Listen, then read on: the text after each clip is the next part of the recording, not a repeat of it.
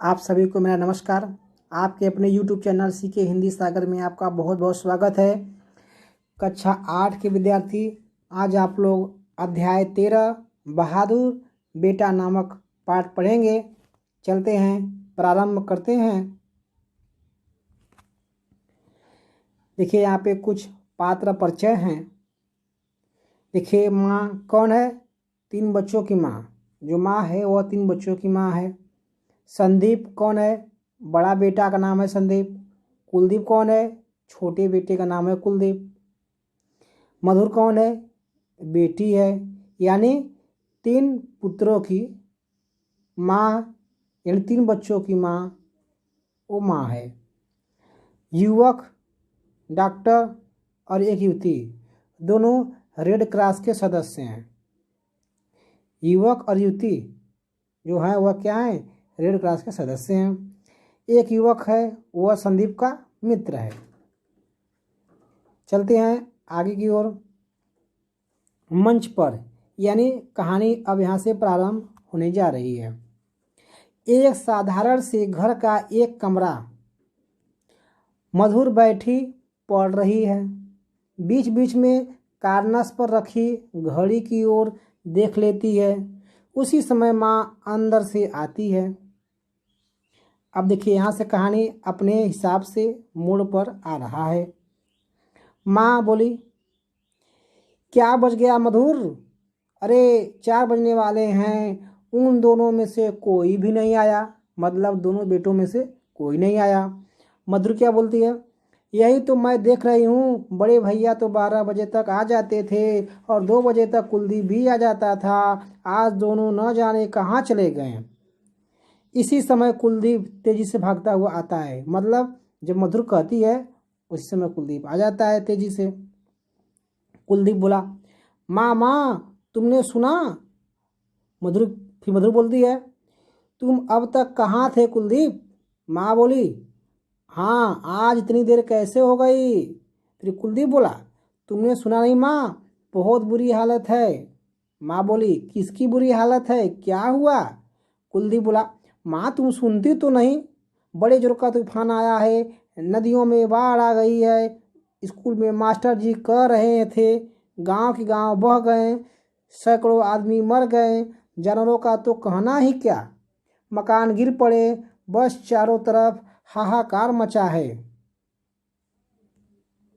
Master जी ने कहा कि हम लोगों को उनकी मदद करनी चाहिए। कौन बोला? मास्टर जी ने कहा वहाँ जाना चाहिए। उनको कपड़े और पैसे देना चाहिए। तेजी से बोलता चला जाता है। कौन? कुलदीप। उसके बाद माँ बोलती है, तू तो बेटा एक सांस में इतनी बात कह गया कि मेरी तो कुछ समझ में नहीं आया। सुना तो मैंने भी है कि जोर की बाढ़ आई है, पर इतना नुकसान हो गया यह किसी ने नहीं बताया था।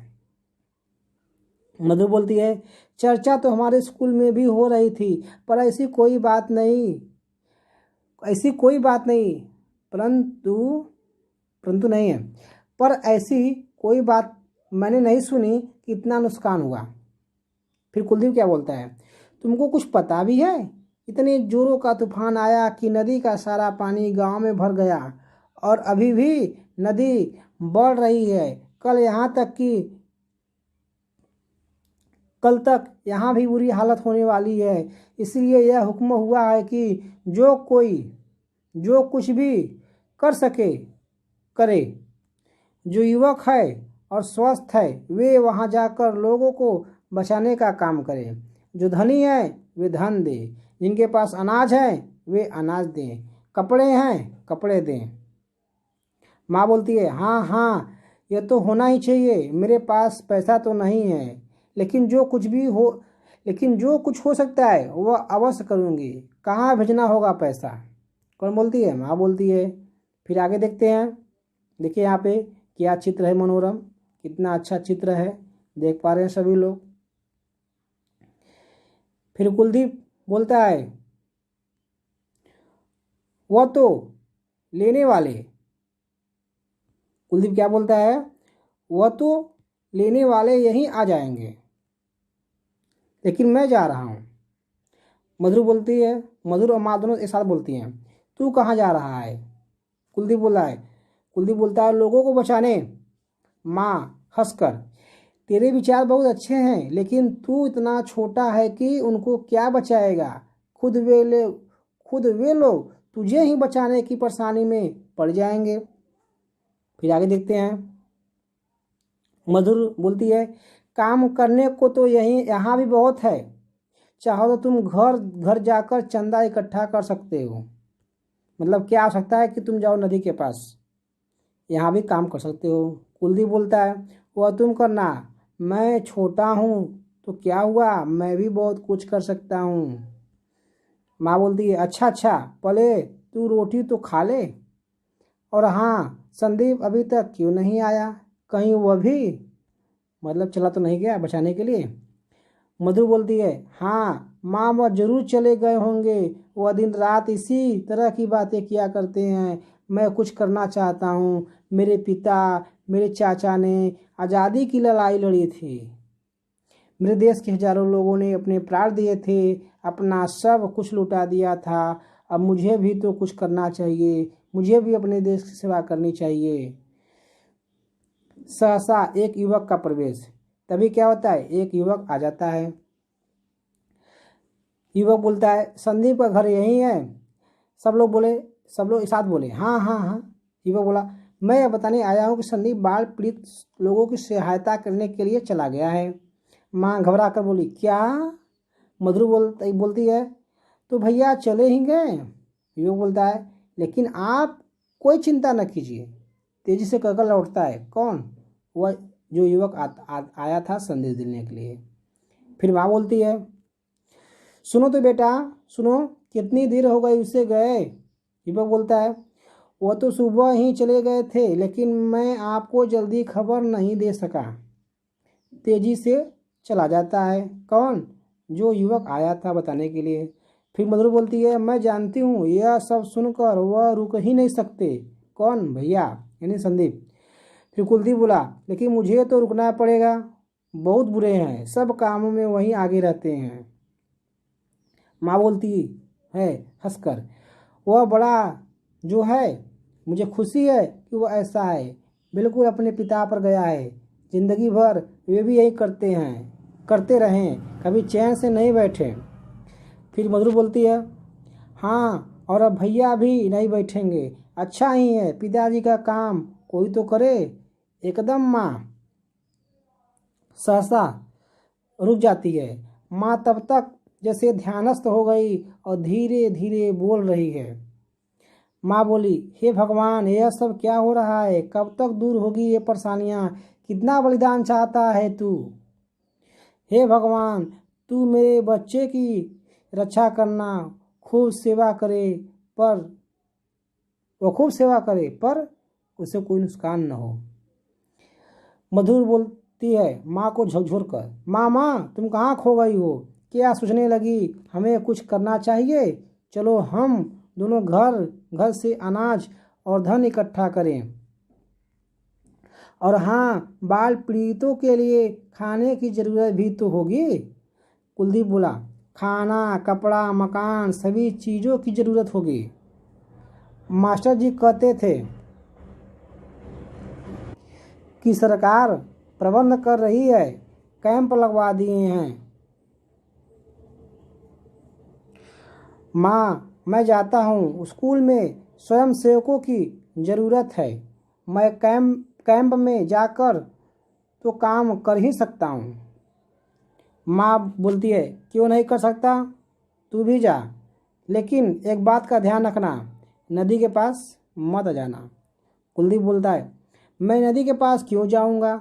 वह तो खुद ही हमारे पास आ गई है, हंसकर ऐसा बोलता है। अच्छा, मैं चला। माँ बोलती है, लेकिन खाना तो खाता जा। फिर कुलदीप बोलता है, नहीं नहीं, देर हो जाएगी, वहीं कुछ खा लूँगा। तेजी से चला जाता है। बाहर शोर उठता है। माँ खिड़की से झांकती है। मधुर बोलती है, देखो देखो माँ, कितने लोग इधर ही चले आ रहे हैं, और वह देखो ट्रक भी आ रहे हैं।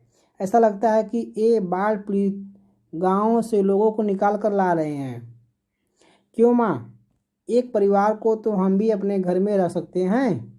माँ बोलती है, अच्छा हो यदि सभी ऐसा करें, अच्छा हो यदि सभी ऐसा कर सके, फिर तो बहुत सारी समस्याएं यूं ही खत्म हो जाएं। पता नहीं सरकार क्या करेगी, लेकिन मुझे खुशी है कि मेरे दोनों बेटे सेवा कार्य में लग गए हैं। भगवान उनकी रक्षा करे। मधुर बोलती है, जो दूसरों की रक्षा करते हैं भगवान उनकी रक्षा करते हैं। माँ बोलती है, हाँ करते तो हैं।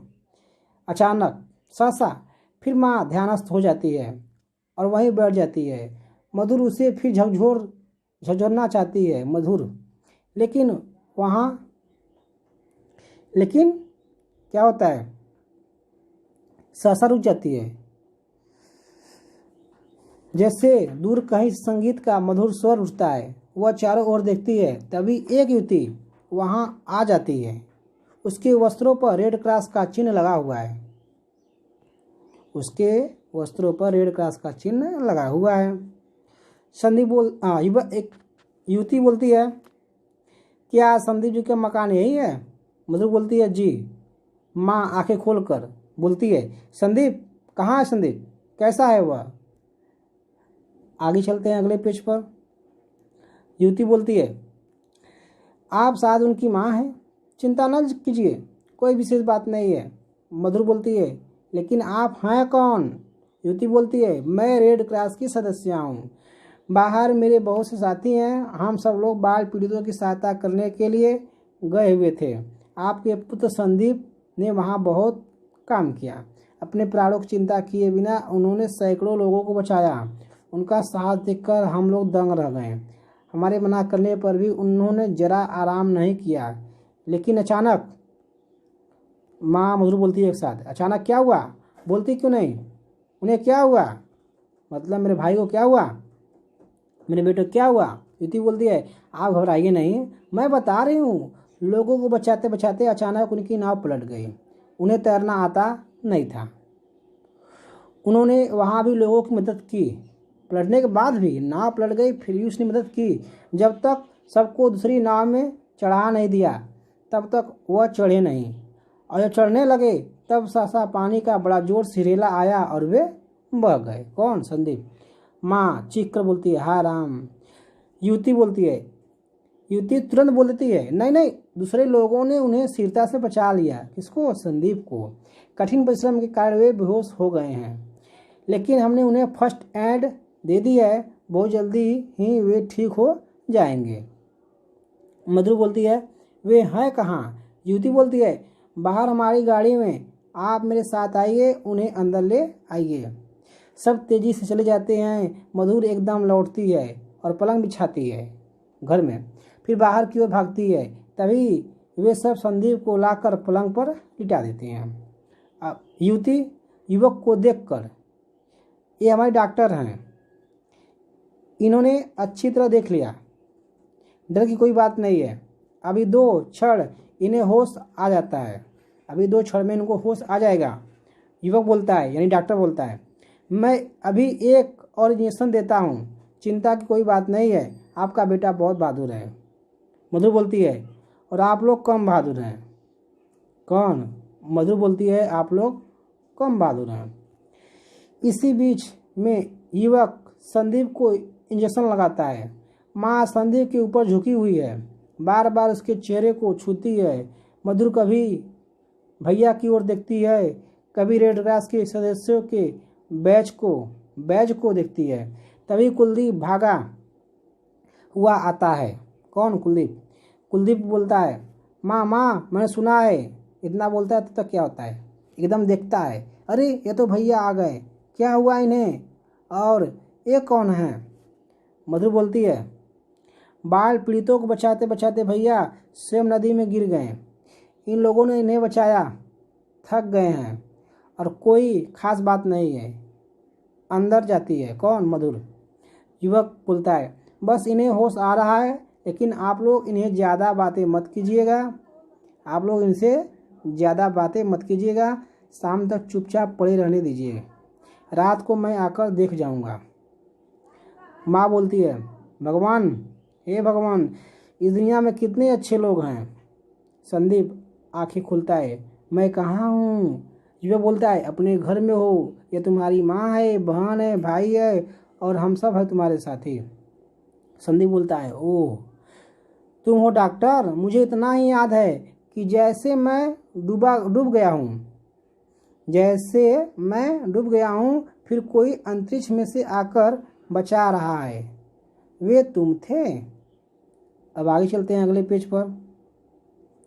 युवक बोलता है, संदीप बाबू आप बोलिए नहीं, 1-2 दिन आराम कीजिए। संदीप बोलता है, बहुत अच्छा डॉक्टर, आपकी आज्ञा का पालन होगा। सब हंस पड़ते हैं। युवक युवती एक साथ बोलते हैं, अच्छा अब हमें आज्ञा दीजिए। माँ बोलती है, नहीं नहीं ऐसे नहीं, बिना मुंह मीठा किए तुम नहीं जा सकते। अरे मधुर, इतना बोलते तो तक क्या हुआ? लो वह अंदर चली भी गई, शायद चाय बना रही होगी। युवक बोलता है, माँ हमें तो आज्ञा ही दीजिए। कुलदीप बोलता है, समझ लीजिए भैया को अभी होश नहीं आया है, बस 5 मिनट लगेंगे। सब हंसते हैं। वो अभी अंदर चला जाता है। कौन? कुलदीप। माँ बोलती है, आप लोग दुनिया कितनी सेवा करते हैं, कभी कभी हमें भी तो अवसर दिया कीजिए। युवती बोलती है, हम भी तो आपके ही हैं और फिर आपने कम सेवा की है। दोनों मुस्कुराते रहे हैं और अंदर से मधुर और कुलदीप चाय का सामान लेकर आते हैं। पर्दा गिरने लगता है, यानी कहानी समाप्त होती है। कक्षा 8 के विद्यार्थी, आप लोगों ने इस अध्याय को बहुत अच्छे तरीके से पढ़ा। ये आपके कुछ शब्दार्थ हैं, इसे आप लोग लिख लीजिएगा। देखिए यहाँ पे ये लेखक हैं विष्णु प्रभाकर। और देखिए यह कहानी बहुत ज़बरदस्त है। इससे आप लोगों को क्या सीख मिलती है? आप लोग के कुछ प्रश्नों के उत्तर होंगे जो अपने उत्तर पुस्तिका में लिखने होंगे। जल्द आप लोगों को अगला वीडियो मिलेगा। तब तक के लिए बेस्ट ऑफ लक।